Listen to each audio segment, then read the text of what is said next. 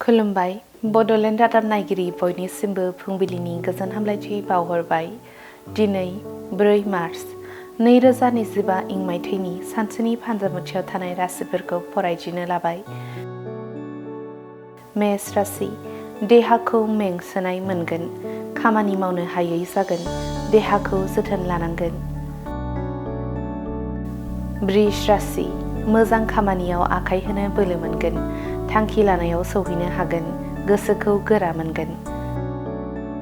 मिथुन राशि, लोगोआनो सुथुर जानो हागौ, जानाय लोंनायाव सांग्रां जानांगोन, गाज्रि सान।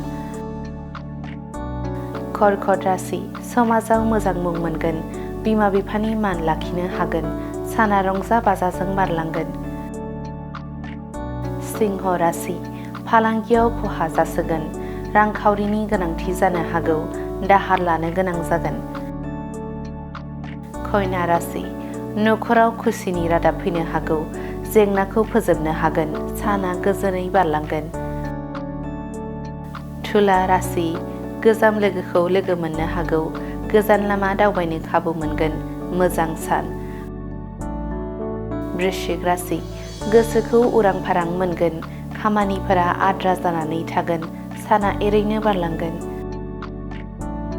धनु राशि, बेसेन गोसा मुवा बेसाद गोमानो हागौ, रांखावरि जोबस्रांगोन, खैफोदाव गोग्लैनो हागौ। मकर राशि, गोजान लामा दावबायनो मोनगोन, रंजा बाजाजों साना बारलांगोन, गोसोखौ गोजोन मोनगोन। कुम्भ राशि, थांखियाव सौहैनो हागोन, साननाय लुबैनाया जाफुंगोन, गाहाम सान। मीन राशि, नखरनि जेंनाया जोबस्रांगोन, बिसि फिसाखौ गोजोनै दोननो हागोन, संसारखौ मोजाङै दैदेनलांनो हागोन। दिनैनि राशि फरायथिनाया एसेनोसै। बेजों लोगोसेनो दिनैनि साना बुहुमनि साफ्रोमबो सुबुंफोरनि थाखाय गाहाम जाथों, बेनि थाखाय बड'लेण्ड रादाब नखरनि जानानै इसोरनि खाथियाव आरज गाबनाय थाबाय। गोजोन्थों। नोंथाङा रेलवे, आसाम पुलिस, बेंक, टेट बायदि सरखारि साख्रि मावनो गोसो दं नामा? एबा नोंथाङा बेफोर बायदि साख्रिनि थाखाय थियारि खालामगासिनो दं नामा? नोंथाङा railway, Assam police, banking, SSC, Assam direct recruitment, TET बायदिनि आनजादखौ खनले होदोंब्लाबो जाफुंसारनायखौ मोननो हायाखै नामा? जुदि नोंथाङा railway, Assam police, banking, SSC, Assam direct recruitment, TET cum recruitment आनजादनि थाखाय थियारि खालामगासिनो दङब्ला नोंथांनि थाखाय लानानै फैदों मोनसे मोजां रादाब। लास्ट ईयर से प्रिपरेशन स्टार्ट किया, बट कोचिंग ज्वाइन करने के बाद ही मेरा एग्जाम क्लियर हुआ। तो मेरा इस साल 3 एग्जाम का प्री क्लियर हुआ, CHSL का प्री क्लियर हुआ, फिर IPS PO का मेरा प्री क्लियर हुआ है, और CGL का भी मेरा प्री क्लियर हुआ है। तो अभी मैं मेंस का प्रिपरेशन कर रहा हूँ।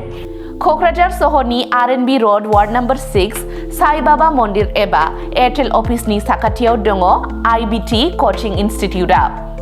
IBT कचिं इनस्टिट्यूटआव banking, SSC, railways, defence, TET आरो गुबुन सरकारि साख्रिफोरनि आनजादनि कचिं होनाय जायो आरो बेनि मुं थिसननाया दासान्दि सोलिगासिनो दङ। आं नाजाथाय मेथ्सफोराव उइकफोर ओमफ्राय दा बाहायनायानो एसे साबसिन जाबाय आरो बाहाय CA क्लासबो जायो, माने सामफ्राम कारेन्ट एफेयारफोर जानाय, बहाबा मा जानाय, इयाव मा जानाय बिदिखौ मोनगोन। ओमफ्राय रिजनिंफोर, इंग्लिश क्लास जाजोबो गासिबो। मेरा क्वांट में एक्चुअली खराब था, इसलिए मेरा ज़्यादातर एग्जाम में क्वालिफाई नहीं कर पा रहा था और कॉन्फिडेंट भी नहीं था। जब से मैंने ज्वाइन किया है तब से मैंने क्वांट पे एक्चुअली अभी मैं क्वांट पे अच्छा हूँ और कर भी पा रहा हूँ। तो अभी कॉन्फिडेंट भी हूँ और फैकल्टीज भी बहुत अच्छे हेल्प करते हैं बहुत। IBT कचिं इनस्टिट्यूटआव मुं थिसननायनि गोबां मुलाम्फाफोरखौ नोंथाङा मोननो हागोन, जेरै लो course fees, specially daily current affairs classes, lifetime membership card, weekly 5 to 6 days classes, comprehensive study materials, regular online and offline mock test, Make My Exam app, flexible class timings, doubt clearing session। बेफोर गासै सुबिदाफोरखौ नोंथाङा IBT coaching इनस्टिट्यूटआव मोननो हागोन। अब्ला थाबैनो मुं थिसनदो।